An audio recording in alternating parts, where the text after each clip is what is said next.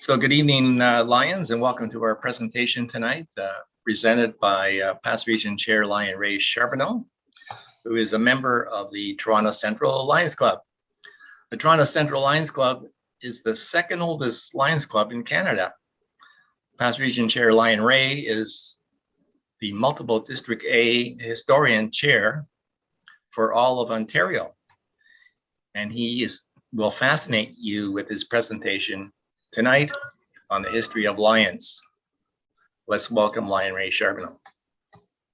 Wonderful. Thank you, Harold. Thanks for that introduction. So as I was saying off the top over here, we hear Lions history all the time, and we tend to focus on Melvin Jones, almost giving us the impression that he waved some kind of a magic wand and everything kind of came to be. And of course, the real story is much, much better than that. We'll touch on Helen Keller, which is another sort of pivotal point in our Lions history over here. Is it focused on one of the core services that we've offered ever since her introduction way back when. Even the United Nations, our involvement there, but our Lions history that's generally presented doesn't extend much beyond that. And tonight I sort of want to walk you through a little bit of a timeline history. And I'm just going to start from the beginning, and I'm going to work my way down to the end. I've done it sort of by decade, and you'll be able to see sort of comparatively what was going on, not only in Canada, but what's going on with our association as well. So Harold, if I may, I'll put the share screen on here, and I'll call up my presentation. Great. So you can just walk through me with this over here. I've tried to make this pretty big for everybody to see. Can you all see it okay? Yes. Yes. Everybody okay? Okay. Yeah. All right. So, of course, 1917 is the date that we always focus on for our association, but I want to sort of start back a little earlier than that. I want to go back to 1911, and there was a man named Dr. Woods who was our first international president. And he actually started an organization called the Royal Order of Lions in 1911. They were a fraternal organization, much like the Masons, if you will. You had to have a medical examination in order to actually enter this because they had a form of group insurance. And this was common practice back in the day for a society that basically had no social safety nets. So you would join organizations like this so that if something happened to you and you were the breadwinner for your family, there'd be something in place, some kind of insurance for your family in case you couldn't work anymore. So that was the genesis of this kind of fraternal organization. Melvin Jones came along in 1913. That's when he joined the Business Circle of Chicago. He'd been working in the insurance industry in Chicago prior to that, and he was involved with a lot of other things. He was a Mason as well. And I suppose his other claim to fame was that he loved music, and that shows up later on in some of my Lions history here tonight.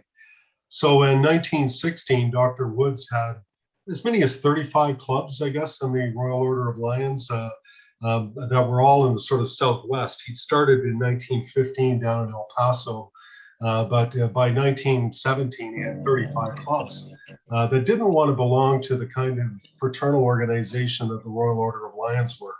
So at that time, he created an association called the International Association of Lions Clubs, chartered in Indiana. And that's going to become important later on as I discuss this for you. But they existed 1 year before Melvin Jones called that famous meeting. And that was the group that one of the groups that Melvin Jones invited to Chicago in 1917. Now, that meeting was ostensibly to actually have a group of people come together. They would come under a new name, hopefully like they would all agree on, and then they would start all over with a new organization. But the reality was that the International Association from Indiana was so big, and the other one was the Optimist Club. They were also quite large. They had about 27 clubs, that it really came down to a choice between those two, because all of the other clubs that were at that meeting were all individual clubs. So it ended up being that they decided to all become part of the Lions Club organization, if you will. And by 1917, in August of 1917, Melvin Jones's Business Circle of Chicago actually became the Chicago Central Lions Club.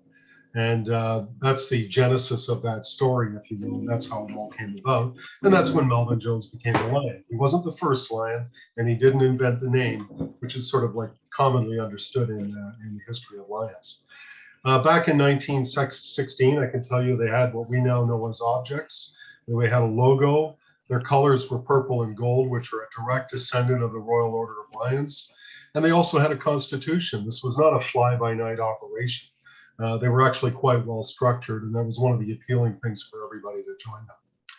So in 1917, they have their big convention in Dallas. They hold it on the 8th of October. And at that meeting, they decide to keep the name, they decide to keep the colors, the logo, the Constitution. They had other meetings and they elected new officers. And they decided to have Dr. Woods remain as the international president. Although he'd been a president the year before, this was ostensibly a new group, if you will, and they elected him to be the president again. He was the one and only president up until last year that actually only served 2 offices, because last year's international president actually had to serve the office for 2 years in a row as well. And that's the first time in 100 years that that's actually happened. Of course, let's not forget that locally here we have the CNIB, and the NHL also started in 1917. So there's our little Canadian content, if you will. 1918, there's the St. Louis Convention. The big news there was they had a decision made that the organization would be for men only. There were a number of women members dating back to a year before that. And all of them, with a decision that was made at that convention, were no longer entitled to be members. And it took us 60 years to correct that. So that was a decision for the time, and we'll leave it there. 1918 was the first issue of the Lion magazine. It was actually called the Lions Club magazine up until 1926. That's when it became the Lion. And that's what we still have today. That's what it's called. In 1918, they also passed the ethics, which we also know. We actually have a draft copy of this on the stationery of the hotel in St. Louis, the Marquette Hotel, because someone hand wrote it before they actually presented it at the convention. Of course, let's not forget that the last pandemic, or the first pandemic, if you will, for us in North America was also in 1918. And that hung around for a couple of years as well. And it's interesting to note that all through the Lions Club history, there's very little done, and very little said about it, other than they know that there were lots of Liberty Bond events. They were in the middle of the war, the First World War. And all those events that people were going to try and raise money for the war effort ended up being super spreader events. And this pandemic ended up being made much worse all through the United States as a result of that. We do know that, but that's about all we know. 1919, the Chicago Convention. They have our slogan is introduced by a guy named Halstead Ritter. And they also made a decision at that convention to reincorporate in the state of Illinois. There's a lot of speculation on why that was, but I think they wanted to just bring it home because Melvin Jones was in Chicago, the head office was in Chicago. I think it had a lot more to do with that than anything else. But that's the association we belong to today. The Indiana Association continued for a while, but it basically dissipated because there was no activity in it anymore. Our ethics had been altered the year before, but then they were restored. Don't ask why. I mean, there was somebody that decided that they didn't like it all. Muskogee, Oklahoma ended up being the first district to actually have a district convention. That happened in 1919. There'd never been a district convention before that.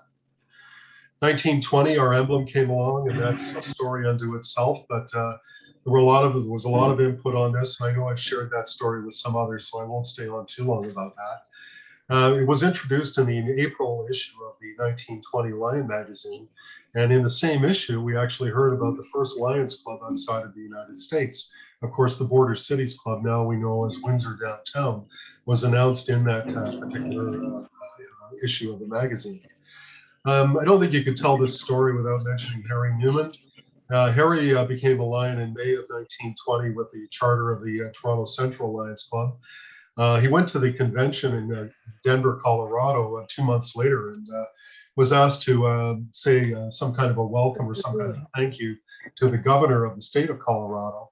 And he must have made an impression because he was nominated and elected second international vice president of our association at that convention. He'd only been a Lion for 2 months. He was the secretary of the club. He'd never been a district governor. He'd never even been a club president. So it doesn't get any faster than that, folks. That's how you climb the ladder fast.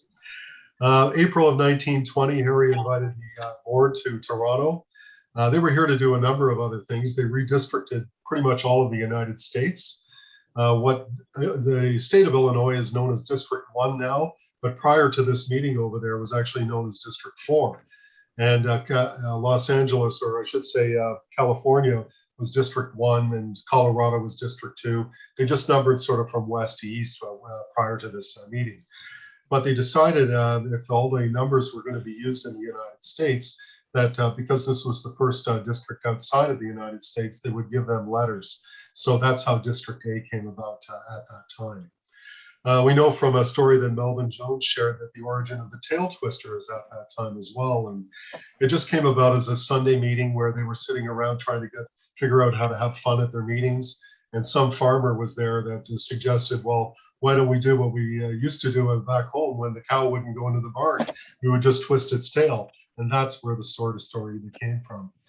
Of course, I couldn't tell this story without mentioning the Lioness. The first Lioness Club showed up in 1920 as well in the Quincy, Illinois area.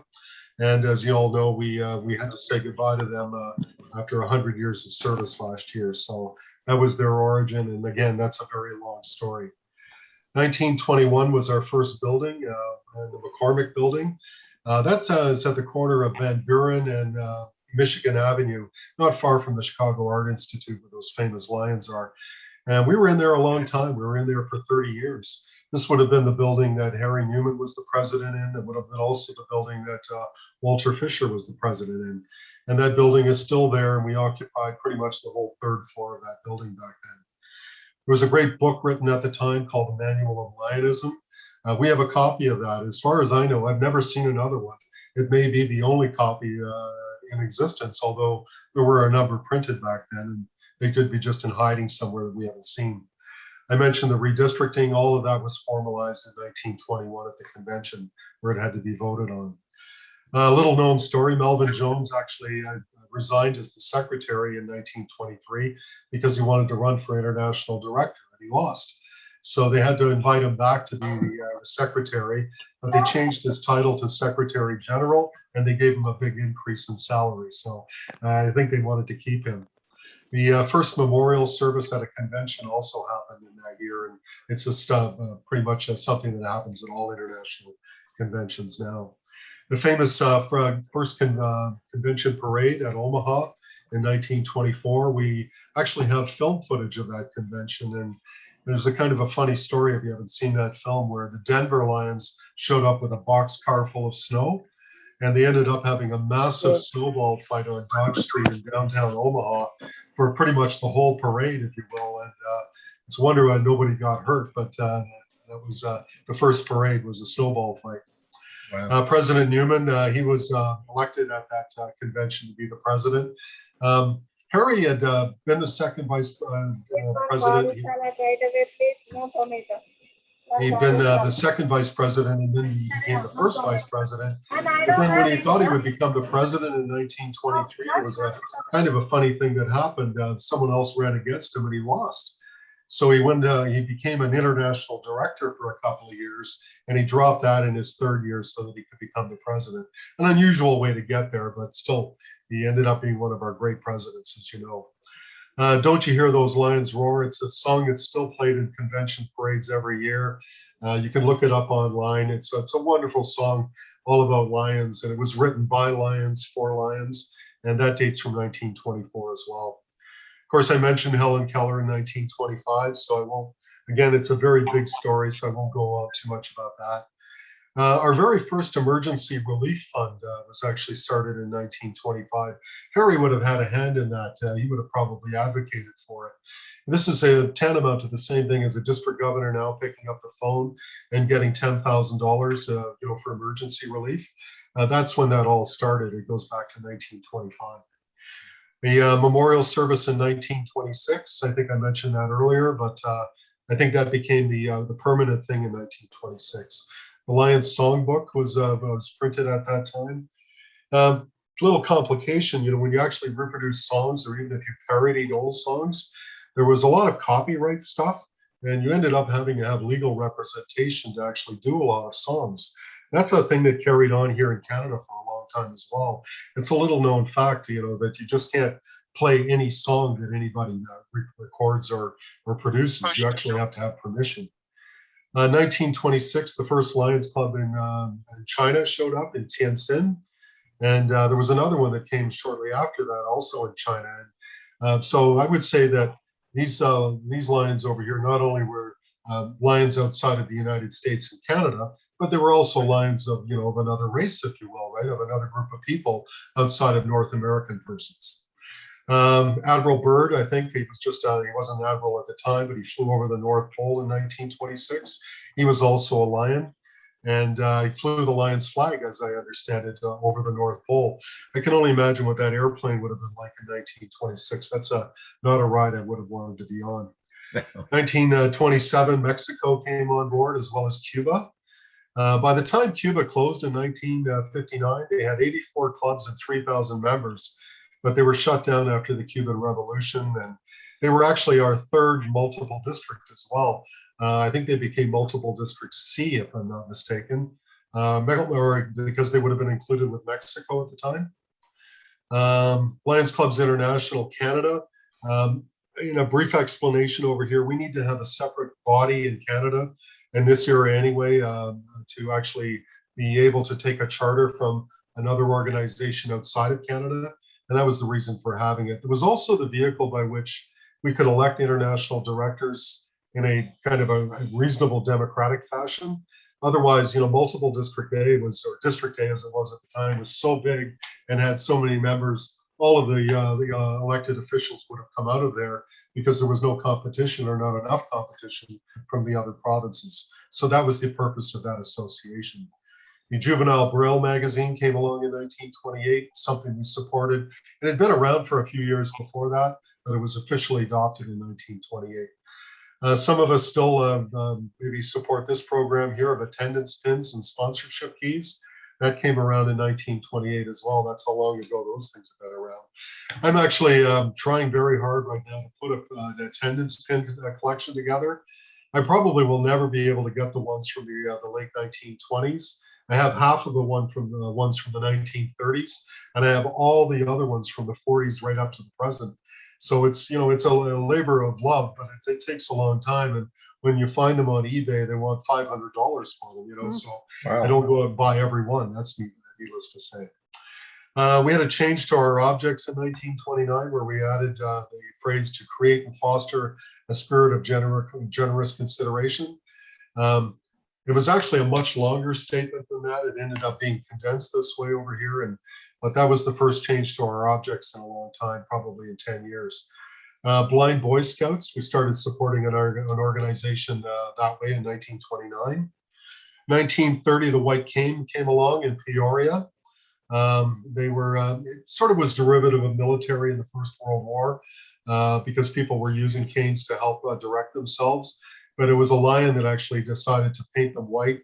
And then it became an ordinance, not only first in the United States and then in Canada, that if you saw somebody with this, that was a way in which to identify them as a blind person, but also to, lend support to give them, the help they needed when they needed it.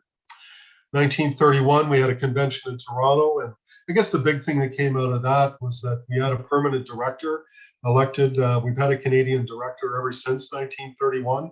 It wasn't the case before that. The international didn't think we had the numbers for it. We also created the first zones, if you will, and some of those still exist today. I give you, for an example, Region 6 and Region 7 here in our own district. They were originally Zone 6 and Zone 7, and the clubs in those zones, Hamilton, Burlington, Toronto, etc., they would have actually all been part of that redistricting back in 1931. So this was before there were districts and before there was anything like that. 1932 was Founders Day. It was usually on the 13th of January, and Melvin Jones came up with this. And by the way, the 13th of January was his birthday. But mostly it was because January was a day in which membership sort of lagged or a month that it lagged in the international calendar. So what they wanted to do was have a day where clubs could actually celebrate all of the original founders of their own Lions clubs. So that's what founders meant. It wasn't a day to honor Melvin Jones as the founder. He wasn't recognized as the founder of our association until 1958. So, he wasn't considered the founder in the 1930s. And I don't think anybody was, to be perfectly honest. 1933, we had the Chicago World's Fair. We were invited to that. We were invited to be part of the social service division. We were representing 1,300 clubs and 5,000 Lions. So it was a nice place for us to showcase who we were and what we were doing. But keep in mind, this was the middle of the Depression. Money was tight and it was very scarce. As a matter of fact, the following year, that was the first time that LCI ran a deficit. We didn't have enough money to actually pay all of the bills for our staff and our rent and everything else. And Harry Newman, among other people, I wouldn't single him out over there, they actually had to put money out of their own pockets and kind of to keep our association afloat back then. I mentioned the Key Awards that became permanent in 1934. Something we have in Canada that's still traveling around, if you will, is the Traveling Lion. Again, I've written a big story about that. It was donated by the Tillsonburg Lions Club, and it's given every year to the Lions Club that travel the furthest to go to the convention, as it is now. But in the past, it was any Lions Club that would travel like pretty far, and they just keep track of their mileage. 1935, we're talking books. That was the first time that they showed up.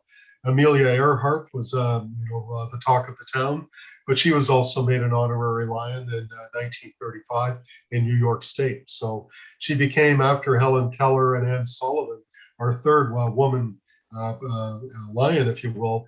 And, that whole thing was a bit of an issue. Melvin Jones used to have a little bit of a fit about this thing over here because he would keep harping on our membership was for men only because he advocated for that back in 1918. But, that these women were so well known and so well regarded, the Lions wanted to honor them by giving them these honorary memberships. So that's what I'll say about that. 1936, Lou Marsh was a writer for the Toronto Star. He used to have a column called Pick and Shovel, and he passed away, unfortunately, very early. He refereed hockey games. He was just like a marvel when it came to sports in terms of Toronto history, if you want. And we'll go even further. I'll say Canadian history. And one of his best friends was a guy named Charlie Ring. He was a member of the Toronto Central Lions Club.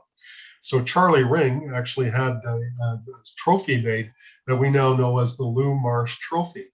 And that's handed out to the top Canadian athlete every year, year after year since 1936. But its origin is actually with Lions clubs, if you will, and it was by this one individual Lion who donated in memory of a great Canadian athlete. Franklin Delano Roosevelt actually made blind vendors the only people that could operate inside of the U.S. government buildings back in 1936. It was a huge move, and it went a long way to actually help people who were sight challenged back in the day. 1937 Chicago Convention. 15 original members were actually at that convention. It was 20 years later. And there was a medallion struck for it. And they had all of their things at the Lyric Theater. I don't know how well you know Chicago, but it's basically on the Chicago River. But it's a little ways from sort of the downtown area that we usually go to. Multiple District A in 1938 was A1, A2, and A3. Interesting thing in A1 extended from Windsor all the way to Oakville, because the first council chair, I guess they were called the Board of Governors chair at that time, was actually from Oakville. So in that very first year, multiple District A extended to Oakville. A3 was everything from Toronto, well, basically all the way to Montreal. And A2 was everything in the north. That would have included Barrie, Sudbury, North Bay, all of that. That only lasted 1 year. They changed it the following year in 1939. And speaking of 39, the Leader Dogs came on board in Rochester. New York and San Francisco World Fairs. We had big presentation at both of those. We came up with citizenship and patriotism codes. They were largely American in their feel, but they were the kinds of things, how we had framed objects and ethics that would go on walls of lions' dens. They had citizenship and patriotism codes that were also part of that and would go on the wall back in 1939. We have some of those in our archive. Cuba produced the first stamp, Lions stamp, in 1940. We had another convention in Toronto in 42, and that parade route was all on University Avenue, and it was largely a war effort. Basically, we turned out anybody and everybody from the war effort, if you will, that wasn't overseas serving us. So they were part of this parade for the most part. And Lions Clubs International gave us the money for the first time to actually have our own office. And we actually just rented some space in a small hotel on Jarvis Street. And we actually had staff for the first time. We had a secretary that was paid by Lions Clubs International, but they were also recruiters. And we maintained that office from 1942 to 2002. And we had multiple locations in that time period, but that was a 60-year run that we actually had offices for multiple District A. Right. 1943, one of the biggest stars in Hollywood, I would say bigger than any active Hollywood star I can think of, because not only was she like a stage and screen performer par excellence, she was also a director, and she was, I think, if I correctly remember, she was actually the owner of a film studio. There was just nobody larger than Mary Pickford, but her mother still lived here in Toronto, and she had a little bungalow in East York. So what they managed to do with her help, she donated the house. I think they sold 5,000 tickets for it, and they raised $103,000 on selling this house. And all of that money was sent to Great Britain to help ways and strafes. I think is what they call them, strafes and ways. Am I saying it right? There were young individuals who were homeless because of the war. They'd been bombed out or something. And the effective speaking contest also started in 1943, and that's still around today. In 43, it used to be held at the CNE, and it was called the District Oratorical Contest. So it's evolved a little bit since those times. 1944 was the first time that the International Board decided they will choose where the convention sites were going to be. In the past, it was always a competition, and there were always several cities that would put on big presentations in order to try and get everybody to vote for them for the convention, but the board took it over in 1944. 1945, we know about the UN, and one of the first things we jumped on board with was something called CARE, and this was basically sending food kits and food packages to various parts of Europe, and we have pictures of young persons receiving these care packages in Austria and places like that. So it was a great thing for us to be involved with and raise money for.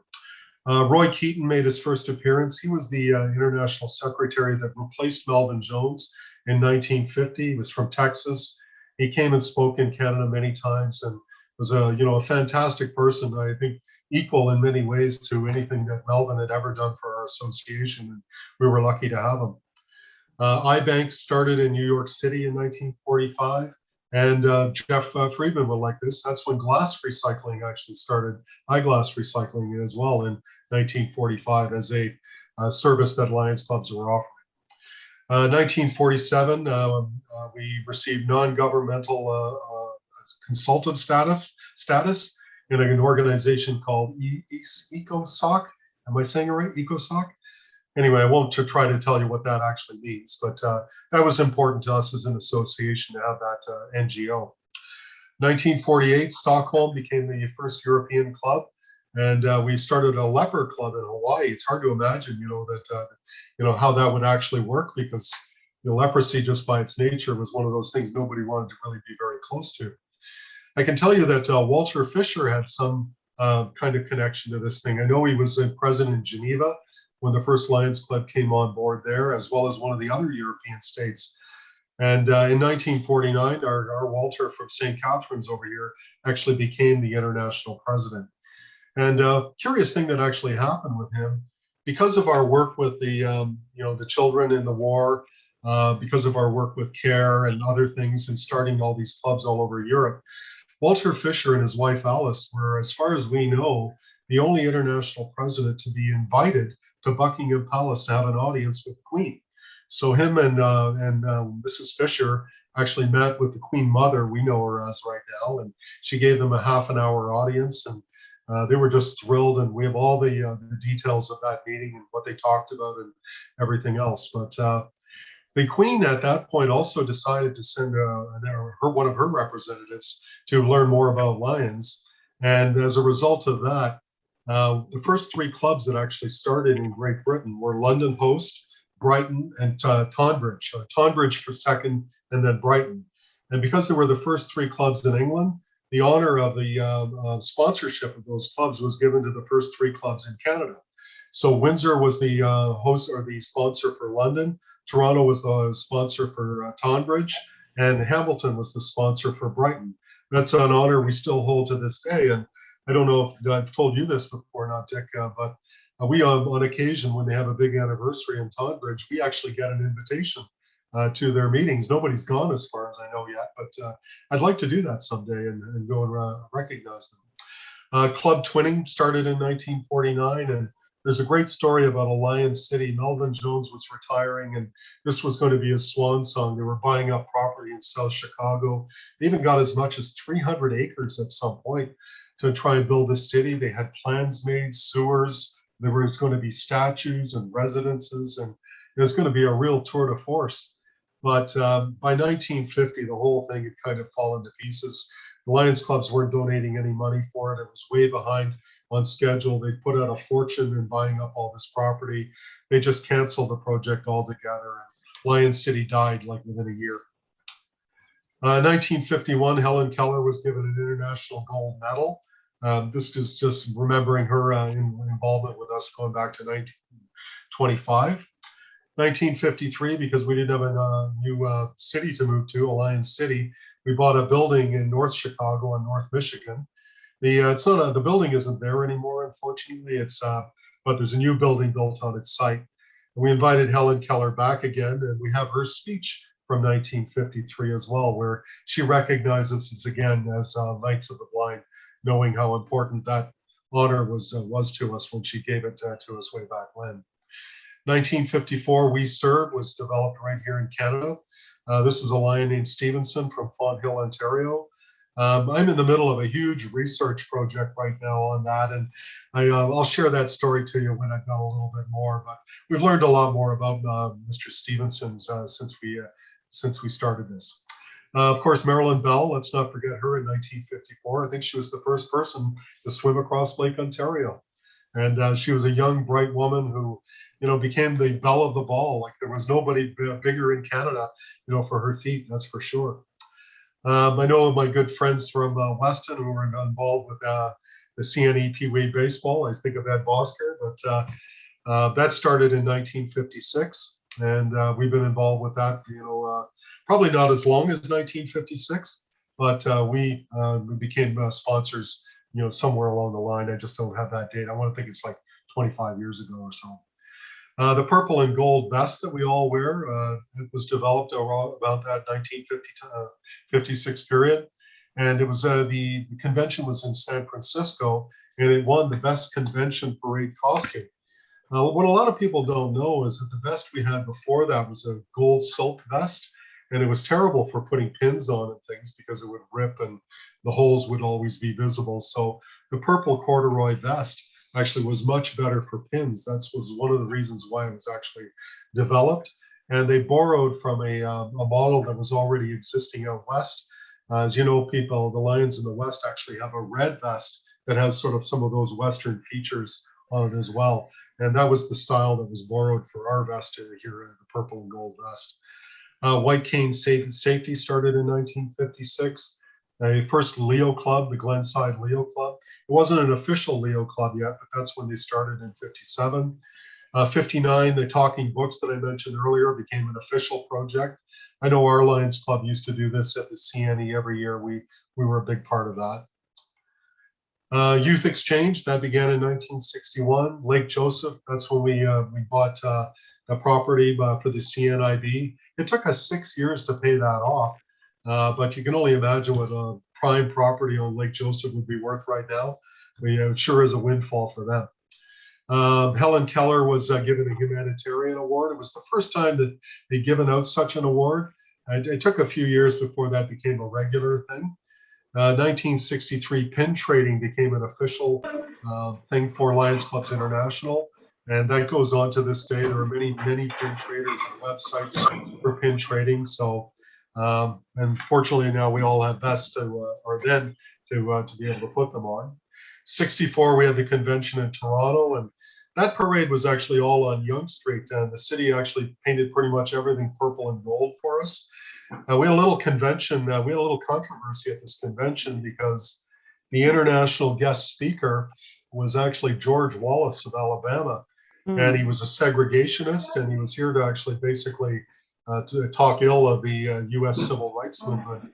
And we had protests all around Maple Leaf Gardens for his thing. Some of the people, we had city councilor named Joe Piccinini, who was with the Toronto Colombo Lions Club. He had criticized this move by Lions Clubs International, and he'd been removed as one of the prime drivers for the cars that ran through the parade with the delegation and whatnot. But after he gave his speech, there was a lot of boos in Maple Leaf Gardens, but there were also a lot of cheers from the U.S. southern states. They bought into what he was saying.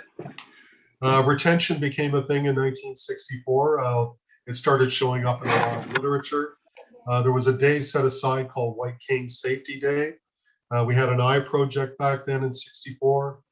The Humanitarian Award became permanent in 1967.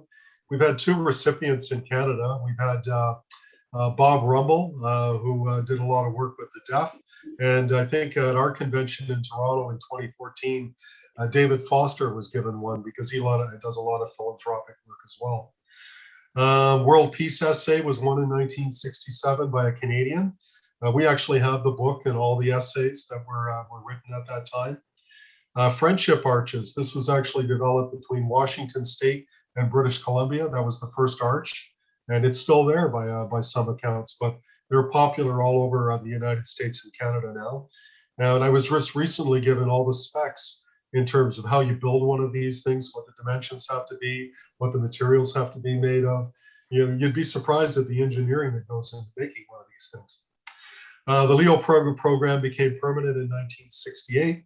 Lions International Foundation started in 1968. Now we know it as LCIF now, and I'm going to explain why it was called Lions International Foundation shortly over here, but that's what it was called initially. 1969, a lion named Neil Armstrong was the first lion to walk on the moon. He was the first person to walk on the moon. So that was a big honor for us as well. 1970, we actually had something called the World Lions Service Day, which became later on the Service Week. It was always the second week in October around Columbus Day in the United States. That's usually when that was designated. 71 was the 100% President's Award. And it was also the year that we moved to Oak Brook, Illinois, from the building that we'd sold or bought on North Michigan. I hate to tell you how much money they made on selling that building in North Michigan, even in 1971. If we'd have kept it, who God knows what it would be worth now. The first LCIF grant was actually given in 1972. Our third Canadian president, Tris Coffin, made his appearance in 1973. His motto was 1 million men serving mankind. Of course, we were still all men at that time, but it was also the first time we went over 1 million members. And I think it was also the first time that we created a Melvin Jones Fellowship. So the idea was that you could make a donation to LCIF and you could be awarded a Melvin Jones Fellowship in '73. 75, the Lions International Foundation Week and the Lioness program came on board in that year. 1977, a former Lion named Jimmy Carter became the president of the United States. And as he was a district governor, I would say of all the people who became Lions, this is probably one of the most higher profile persons who represented us both as a Lion and as well as the a world leader that he became. So in 1977, we kind of changed our name. We've been known up until that time and almost back to the very beginnings of our organization as Lions International. It was on all our letterhead. It was on all of our documents. It was even like, the kind of catchphrase that we used for everything that we did. Lions International Convention, et cetera, Lions International Foundation. But in 1977, they changed all that to Lions Clubs International. It's a little known thing, that and it isn't that long ago when you think about it, to 1977, but it's actually a big thing to change your name that way, right? You can only imagine what they had to do, like to change all the documents and papers that they had in existence at that time. I know Suzanne's on here and she likes Camp Dorset, so she knows better than I do that it came along in 1978 and has done some fantastic things ever since then. It was also the first time we had a United Nations Day in the United Nations in New York, and we do that every year, as you know. 79, we had a convention in Montreal. Interesting thing at that convention, again, we have a lot of that story, but I like to share this little anecdote that it was the first time that we actually had three representatives on the international board. We had two of members from the West that were board members for America, if you will, but they were Canadians. That was from Multiple District 5 and Multiple District 37, Brian Stevenson. And we also had one from Canada or from Ontario as well, and that was Ernie Moore.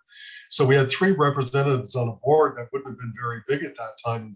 Up until this year, because we have three more representatives on the board again this year, that was the first time that happened, and it hasn't happened since then until now.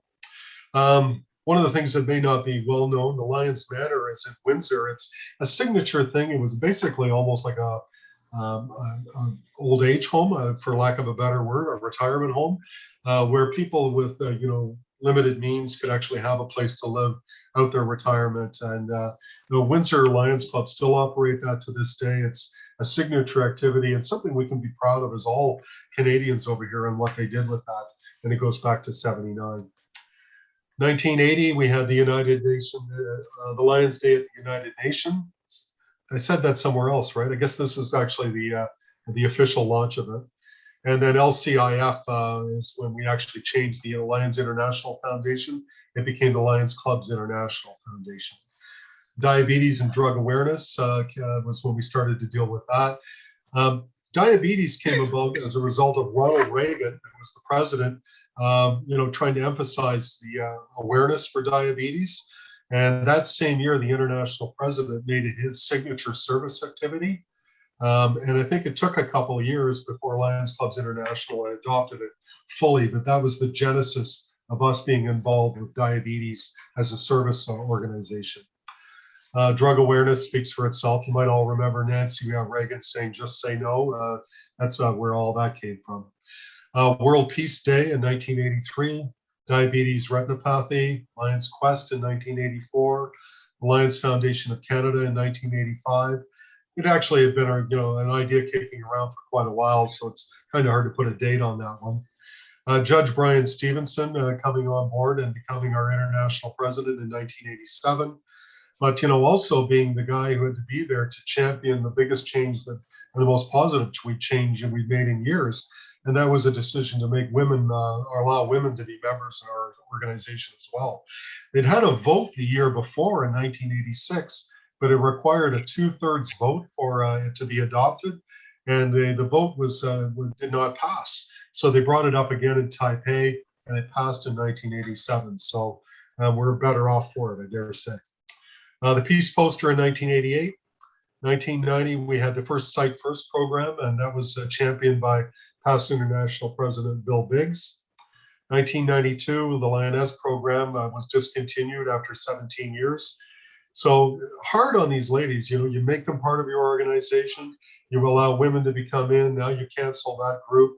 But to be fair, they did give them 30 years, to wind it all down. That's why it came to an end last year. And they were allowed to have a bridging program for almost that entire period to get there. There'll be a few Lions here that remember that we actually didn't have a vice district governor prior to 1993. That's when that came on. And I think it probably just spoke about succession planning, if you have a vice district governor, that individual has a year to prepare to be the district governor rather than being elected in some kind of a format 1 year and then automatically thrown into the job the next year. It was a good move. I think we were actually all better off for that. 1994, Multiple District U came into being, and it was a result of 4 of our districts in Multiple District A moving to that new multiple. And it also was the first time for 70 years we pretty much operated in everything in English and French. And now it wasn't going to be the case anymore, although we did carry a magazine in both languages for a while after. 95 is river blindness, and I think that again probably is relative to Jimmy Carter, if I'm not mistaken. 97 was the affiliate member, not well used. I don't know how many Lions out there actually use that. I don't know that we use it all that well in our club. 98 was the Worldwide Induction Day. Gary's on here. He'll know that 2001 is the beginning of Special Olympics and our involvement with that. 2002 was the big day for us. It was the merger of the former A11 and the former A7 into a new district called A711. And we're celebrating our 20th anniversary next year. And I've already had some people reach out to me in ways in which we maybe would celebrate that. 2004, we had a convention in Detroit and Windsor. The Windsor portion of it, to be fair, was only the convention parade. And they held it like in that wonderful esplanade in front of Caesars and at the bottom of Willette Street in Windsor over there. But these days, you know, like the border crossing is not what it used to be. And I don't know we'll ever have anything quite like that again. But I would like to think that that is, again, one of our Canadian conventions because we did do a lot with that. 2007 was the beginning of the second vice district governor. This is, again, part of our succession planning over here. And that now meant that the playoff or the election race, if you will, every year was going to be for second vice district governor. The second vice district governor would have to be voted to become the first vice district governor, et cetera, et cetera. Financial Times decided that we were the #1 non-governmental organization in the world. And when you see that list, I mean, when you think of names like that are on there, like, I mean, from everybody, even the World Health Organization, you know, for us to be at the top of that list was quite impressive, actually. It was a talking point for years. 2008 campaign site burst 2. I know our district did a lot of work with that. I think of people like Sally McMahon, who was a big champion for that, and Joan Brent. For some of you senior Lions over here might remember her involvement with that as well. You may not know, but I'll throw it out there. Just, I think Joan has since passed away, and I was always very fond of her. We had a logo refresh in 2009, so that beloved logo that we sort of seen and recognized for a lot of years took on a new look, and it's decidedly yellow and blue now, and it's lost some of its original sort of design flourishes, but there's no mistaking it for anything else than the great symbol that it still represents. 2010 was One Shot, One Life, measles. 2011 was the beginning of vision screening. 2012, does anybody remember International President Tam? He wanted to plant 1 million trees. Yep. And we ended up planting 13 million trees. So that was quite a thing. They began something called Involve a Vet. It was largely in the United States, but it was an international sanctioned event. And it was a pilot program that actually was only phased out last year. I don't think it was really capitalized on. I don't think we did enough of that. I think we all would agree that our veterans are somebody that we should kind of remember, you know, the sacrifices that they've made. 2014 convention, I could write a book on that one, so I'll just suffice it to say that I got to play a small role in that thing over there. And of all the things that I've done in Lions over there, I think that's going to be the one that I probably will remember the most. And perhaps if you become a district governor or an international director or something like that, that would loom pretty large too. But for me, that's the one that stands out. We had a Centennial Service Challenge back then. You might remember 100 million service hours. I think we more than passed that. 2017, we were back in Chicago for our 100th anniversary. I think it was the first time that we topped $1 billion in donations from our LCIF. Shouldn't be bothering you. 2018, we had our first woman president, you might remember, from Iceland. In 2019, we elected our first Canadian woman vice president. And we all know that Patty Hill is going to succeed to be president in sometime in the future over here. And she'll be a wonderful ambassador for us, you know, in that position. 2020, of course, how are we ever going to think of it anything other than the COVID pandemic and how we've all had to adjust for that. It is going to define us in some ways. Dick and I talk about this sometimes about what meetings will look like moving forward, because of this, and how will it be for us to all get together in kind of close quarters, if you will, and have a meal together. I think all that seems still pretty distant away, if you will. It was the first time, not the first time, but there was no convention held that year, you might recall. So as a result of that, all of the members couldn't be elected to their position, and the board members all had to repeat their offices. Patty Hill had to stay on as the third international vice president. Alan Hunt was our international director. He had to stay in his role, and everybody on down the line, including our international president. The previous time there was no convention was in 1945. It was in the war years. They just decided that with everybody else rationing and stuff like that, it was just not going to look very good for us to get together and have a convention. And of course, we were trying to celebrate our own Canadian centennial the best we could. Our Lions 2020 program more than surpassed the original 100,000 trees we were going to plant. I've heard anywhere from 300,000 to 500,000 trees have been planted across Canada since we started that. 2021, we'll have a virtual convention, as you know, and that was interesting to sort of like participate in. And Douglas Alexander became our president there, but we made that work. We said goodbye to the Lioness program, and next year we'll all be in Montreal, hopefully in person, to have a convention there. So, okay, that's a lot, I know, and I'm going to I'll stop there because I need a drink, and maybe if anybody wants to ask some questions, I'll try to answer them. Okay. Well, thank you, Past Region Chair Lion Ray. That was a real thorough covering of the Lions' history from 1911 to 2022. So that's amazing. So thank you so much. And now we must have some questions out there. So Lions. Well, Lion Ray, I'm going to say just off the cuff, I did pick up a few gems in this session. Every time you do one of these things, you learn something more. So keep doing it. Thank you. Lion Ray. Yeah. Teddy.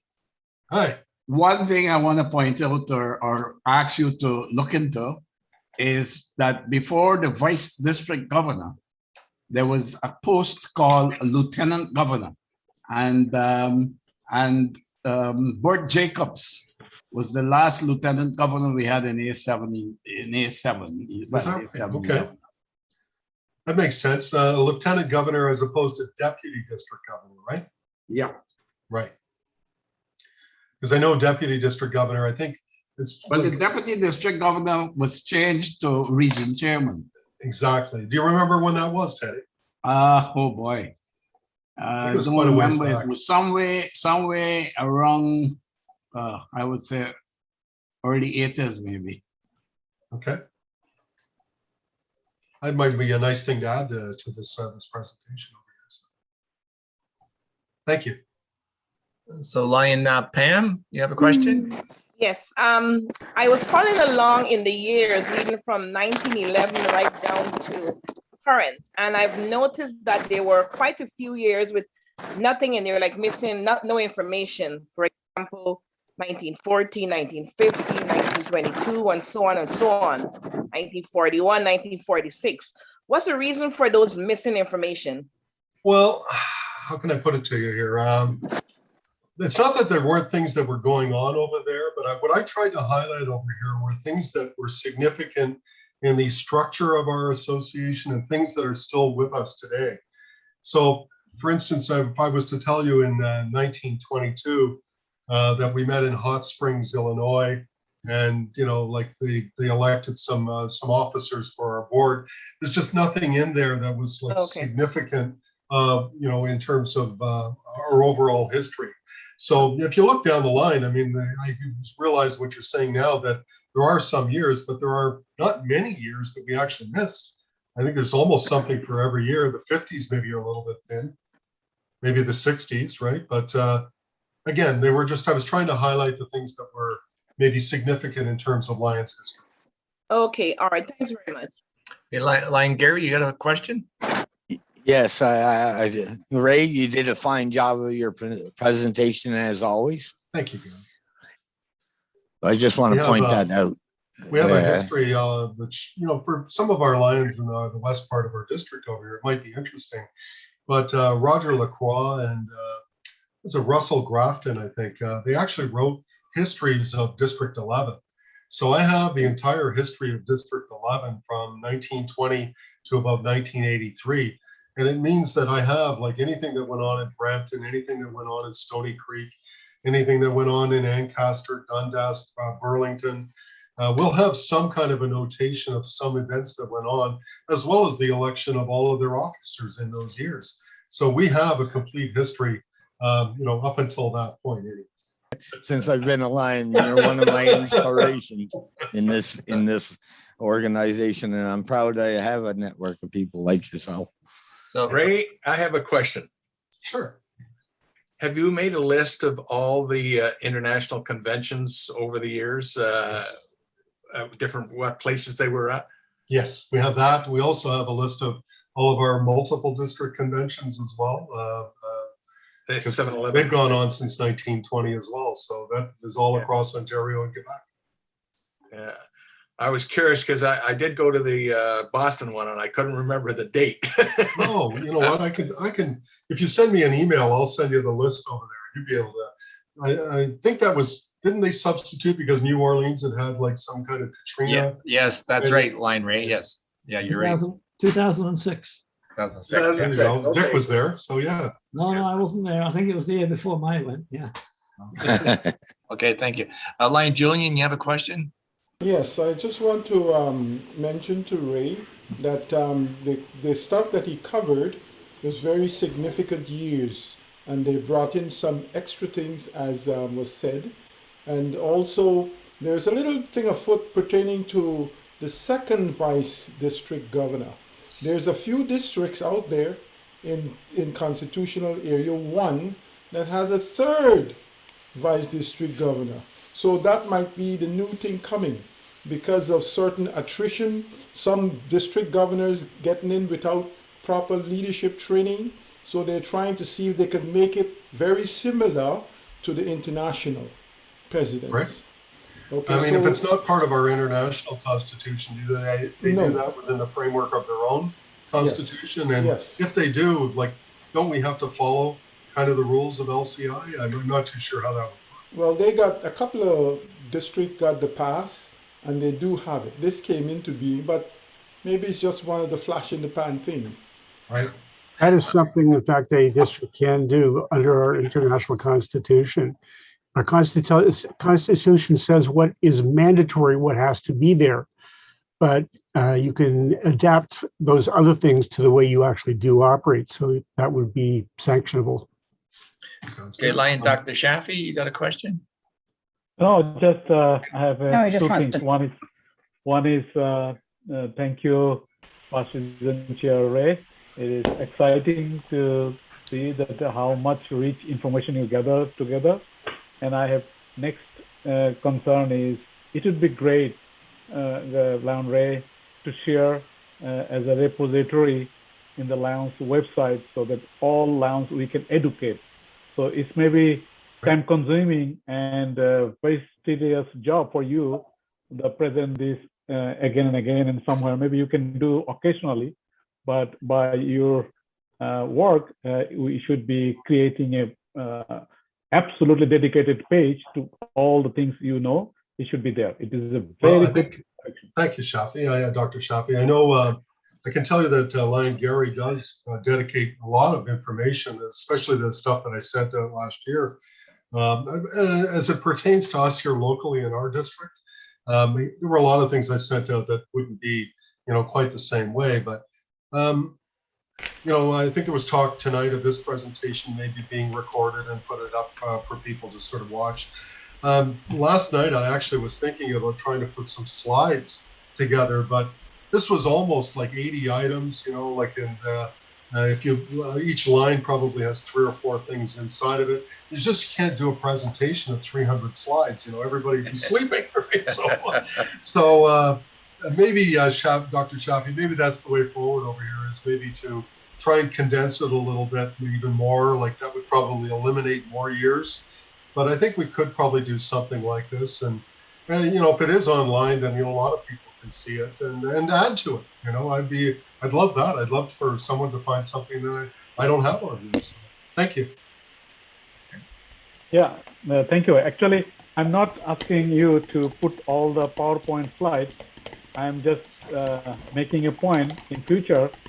So you can just from the PowerPoint, we can grab this all the information using the summer volunteer to compile, make it like a narrative, and with the few chapter, like divide all the 300 slides into 4 or 5 categories, and we make the main point as a bullet point. So whenever Lions we have the time, we can read by our own pace of time, or new Lions or old Lions, they can have a memory fresh, and it will be a really historic document. Sure. By your name. I'm all for that. We'd have to break it down. I have, like, this is basically an international presentation. I can tell you just as much information on Canadian stuff as well.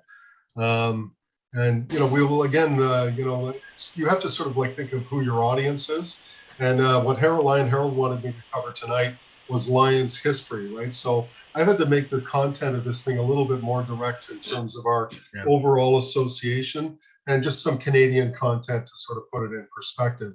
But yeah, sure, I'm up for anything like that. If you think it'll serve our association and make us better Lions, of course, happy to do it. Okay, Lions, Suzanne, you got a question? Well, it's more of a comment. Thank you, Lion Ray, for highlighting Lions Camp Dorset, because yes, I'm very, very passionate about that. I know. And, you know, a lot of Lions in the MDA do not know about Lions Camp Dorset, and it's a very special place, and it's a very unique place.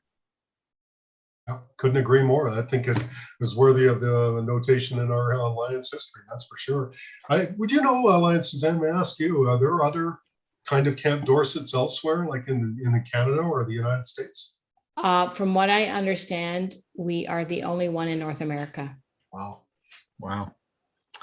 We are considered an independent health facility.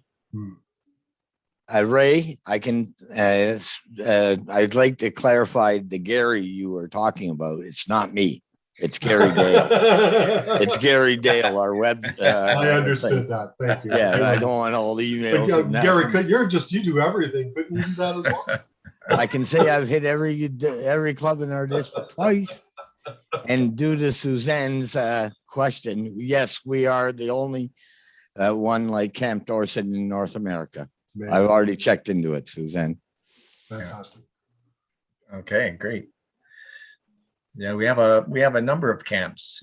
So I do a Canadian presentation, Lion Herald, where I talk about there's an Easter Seals thing that the Lions in British Columbia do, a Max Sims camp for people in Newfoundland, iBanks in Manitoba and Saskatchewan. That, you know, we don't do that so much here in Multiple District A, but those are big things out there. You know, just when you think across Canada, like the things that we've done, it really is an amazing thing here. And, I don't know. I know Anne attends the Canadian conversation over here, but if you're getting an invitation to that thing, you really will see all the efforts that are being made across Canada by Lions in a kind of collective group, if you will, and it's worthwhile.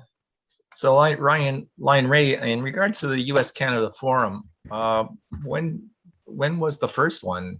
Well, that's a good. There's one. There's something that's missing right there, Harold. So I'll make a note over here and I'll put that up there. But I think we could probably find that pretty easy. There's a list of like locations, much like we were asked earlier about where the conventions can be. I think you can probably find. I think there's an international pin trading site that I've gone to for that kind of information before, because they keep the pins for each USA Canada Forum. And you can usually identify it that way too. Yeah, because I can remember going back into the 80s, and I believe I went on a bus trip to Buffalo for like a US Canada Forum, or maybe it was the 90s, but that was a long time ago. That was but that's the 70s I have trouble with. I don't remember so much about what I was doing. Oh, okay. I wasn't very old then. 1977 was the first USA Canada. There you go. Hey, well done. Okay, 77. Okay, great. I still wasn't very old. I wonder if Harold was mixing the hands across the border. Oh, maybe that. Yes. Oh, yes. We used to go to Hands Across the Border at Buffalo. Yes. You're right. Every year. Lion Teddy, yes, yeah. And that's not still going on today though, is Yeah, it? well, Well, that stopped a few years ago. Yeah, hands across the border. That's it. Thank you. And Oh, we used to Got have, it, we used to Peter have Paul something. Alcohol. Thank you. We used to have something here in Ontario called Can-Am Night, Yes. where we used to invite the Americans to come over to us. Yeah, that's right. Yeah. So we'd always have a good dinner and good fellowship. Yeah, and a good speaker. Yes, We always absolutely. had a good. We used to have like radio personalities and that sort of thing. Yeah. Lion Julian? No? Anybody else have a question? Hear me now? Yes. Yes, Yes. we can hear you Okay, now. the thing is, I was privileged at the last forum that we were able to meet in person, to meet the man that attended every US-Canada forum. And at that time, he was sitting at about 46 or something like that.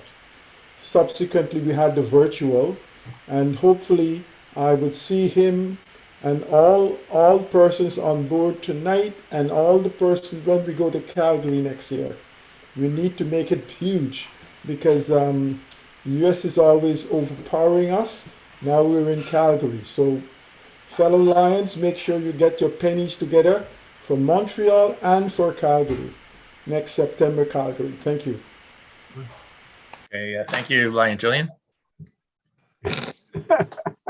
Oh, speaking about old Lion Ray, so what was well, this is part of our Lions history, is knowing who the first Lions Club was in Canada.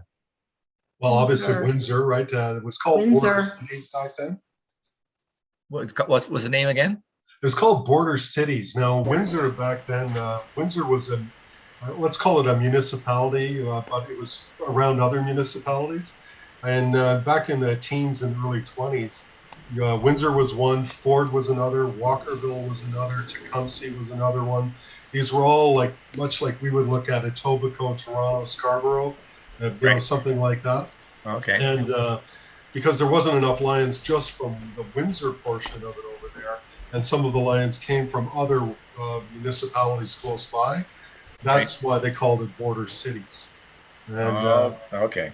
yeah, have you ever heard? There's a famous rock song over there, and the singer sings a song where he says, "Born and raised in South Detroit." Have you ever heard that? I think Just so. a small town boy living. Yeah. Yes. You know that Yes. one? Yeah, I've heard that Right. one. Yeah. So the joke of that thing is over there is that there is no South Detroit. If you went south of Detroit, you'd be in Windsor. Oh. if you know the geography, right? Oh, okay. South of Detroit. Yeah, I've heard that song. So Ray, was it Windsor, Toronto, Hamilton Central? Yes, in that order. And then Suzanne, we had what we call, this is a hockey reference, I guess, right? We call the original six, because the other three clubs that came almost shortly after that, they all existed, I would say, certainly by October when District A was created, were Belleville, Oshawa, and Chatham. Those three clubs, cities also had Lions clubs in them as well. And they were all at the first convention, which was in February of 1920. At that first convention, there were only 6 clubs, but there were 4 candidates for district governor, if you can imagine that.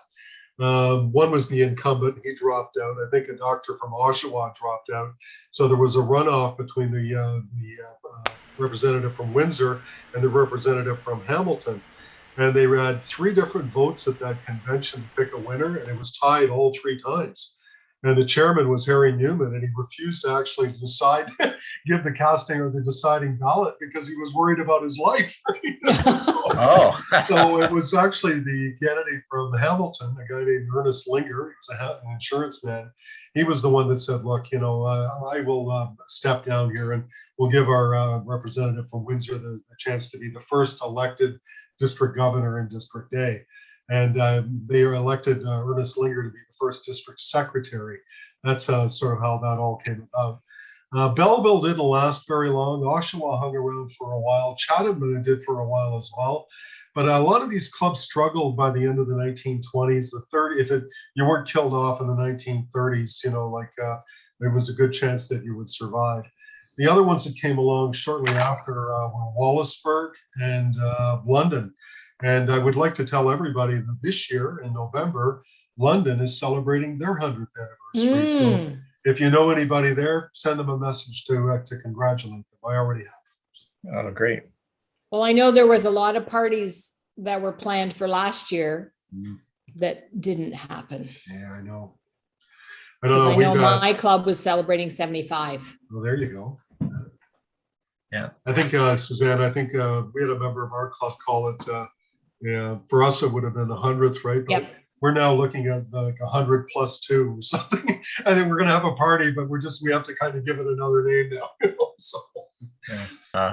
We serve. Can you tell us a bit about Fawn Hill?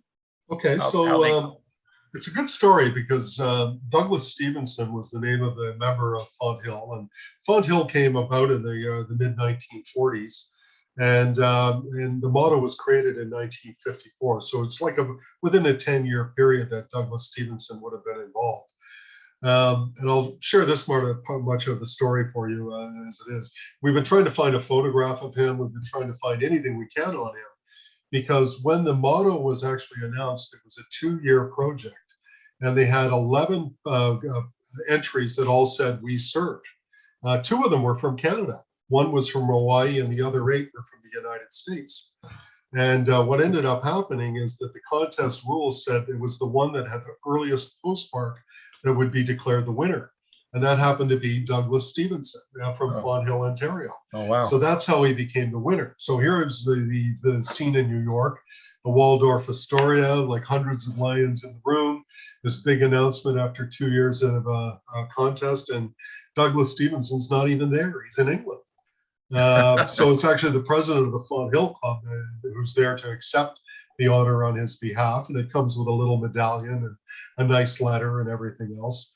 And he brings it back to his club, and they've been known as the motto makers ever since then. That's the everything that they produce in the club, they call themselves that. Yeah. So what happened to Douglas Stevenson? We know that he was born in Toronto back in the 1800s. We know that he was an accountant. We know that he worked for what was before the United Nations. It was called the League of Nations. The League of Nations, right? And he was a representative in Geneva. So he was moving around a lot. We've been able to track down some of his travel documents. So we know his age, we know his wife, we know a lot of things about him. We still haven't got a picture, and we still don't know where he's buried, because he buried his wife in 1953. He wrote the 100-year anniversary of the Fawn Hill Library. But I've got a copy of that. I actually got a copy from England. That was his original copy because his notations are in it. But we can't find anything more about Douglas. It's just like he just up and vanished, right? He's not even buried with his wife at Fawn Hill. She's buried there all by herself.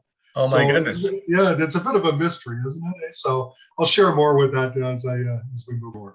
So back in 1917, we recognize the founder of Lions Club International as Melvin Jones, but we also have William Perry Woods from what was that? Evansville, Indiana. Yeah. Indiana. So he's also a founder of. Well, founder is a kind of an interesting word. All right. So as I said earlier, we had in 1932, we started calling Founders Day, right, to recognize the people who founded our individual Lions clubs. So whoever started Huttonville, whoever started Dundas, etc. Right. But there was no real founder of Lions Clubs International. No one was regarded as the founder back in those days. The Rotary Club had Paul Harris. So, they might have had a founder. I don't think the Kiwanis did. I think the Kiwanis actually were started by a professional organizer. And, that's another story, but it didn't end well there either. So it wasn't until the late 1950s, 58 to be exact, that they actually declared Melvin Jones the founder of Lions Clubs International. And that was, that's the origin story. When I think of Mr. Woods, if you went to Evansville, Indiana, or anywhere in Indiana, you would probably find almost every Lion down there would consider him the founder of Lions Clubs International, because he invented the name. He had the first Lions Clubs, right? Yes. That's not the official line that our association takes on this thing. It is just another line, that somebody else has, and they have good reason for it. They just haven't convinced the rest of the world of it. So I don't know. That's a story that continues to be told, and it's a little controversial as well because, to be perfectly honest, it got litigious, back in the day, right? So, yeah. So they all have a different opinion. well, he's an interesting guy, and we have an extensive biography of him as well. And he was a doctor that specialized in treating women, particularly surgically. And he had 3 daughters, and we've had communication with all of his daughters. I think they've all passed now. I think the youngest one passed not so long ago. But it's hard to say why they don't want to recognize this individual that way. But keep in mind, he was involved in that first year, and then he was involved up until the magazine started. And then, he's basically written out of the record. His name doesn't even appear on a list of past international presidents until the 1930s and 40s. Wow. They don't really consider him a significant part of our history for whatever reason they think. Is there any other questions, Lions? Region Chair Ed here. And Ray, you probably have heard this lots of times, but when we were down in A1 and we attended visitations, other clubs, and it never failed. Whenever Windsor was there, Ron DeVos would stand up and say, "I'm Ron DeVos from the Windsor Lions Club that made Lions international." Mm-hmm. I know Lion Ron very well, and I know he's very proud of his club, and it doesn't surprise me that he would, try to emphasize that every time that he gets. And he's a real nice guy. He is. Lion Ed, one of the things that he's famous for, probably the biggest award you can get in Lions over here is the Ambassador of Goodwill. It's a special medallion and a special plaque, and it's usually afforded international presidents and international directors. Ron DeVos of Windsor and Stu O'Brien are 2 of the Lions, the only 2 Lions that I know in Canada that have actually received this award and never been international directors or international presidents. So that's pretty significant. Yeah. Yeah. Amazing. Well, Governor Sandy, you like to say something? Yep, can hear you. Yes. So good evening, everyone, and thank you all very much for attending this session. Lion Ray, thank you so much. It has been a very nostalgic and informative session, and we truly appreciate what you have shared with us today. And we are looking forward to the next session. Because there's a lot of information there, and there's some things that I'd like to know a little bit more about. So you'll be getting a phone call from me. Thanks again. Thank you, Councilman. And thank you very much, PDG Harold, for organizing this session. Okay, you're welcome. Yes, Thank you. this has been very informative. Thanks. Thank you. Well, hats off to Lion Ray, and he certainly knows his Lions history. So, and he covers all of MDA Ontario. So all the clubs. He's made many presentations to all these clubs.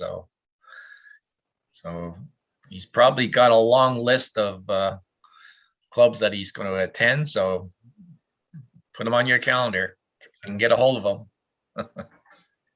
I do anniversaries. Anniversaries, okay. I strongly recommend Lion Ray at any, if you're new, especially the new Lions clubs, that it's a great way for them to find out what Lions is all about. Thank you. And Julian, you have a question? Yes, I just wanted to say that I wish that Ray's ability with the history could disseminate a little bit more across our constitutional area too, because I'm telling you, out in the West and so on, it's void of information. So we are very blessed to have Ray giving us these information, because out there, they don't even know who Chris Lewis was. And Chris Lewis was one of our top trainers. So basically, I hope that the MDA will push so that Constitutional Area A would allow Ray to speak to the entire Canadian group. It would make us much better. Well, thank you, That's my little Julian. spiel. Thank I you. will tell you that Multiple District A is very supportive. I've been the historian there for 18 years. And, I have a requirement to speak at every convention pretty much and do a presentation there.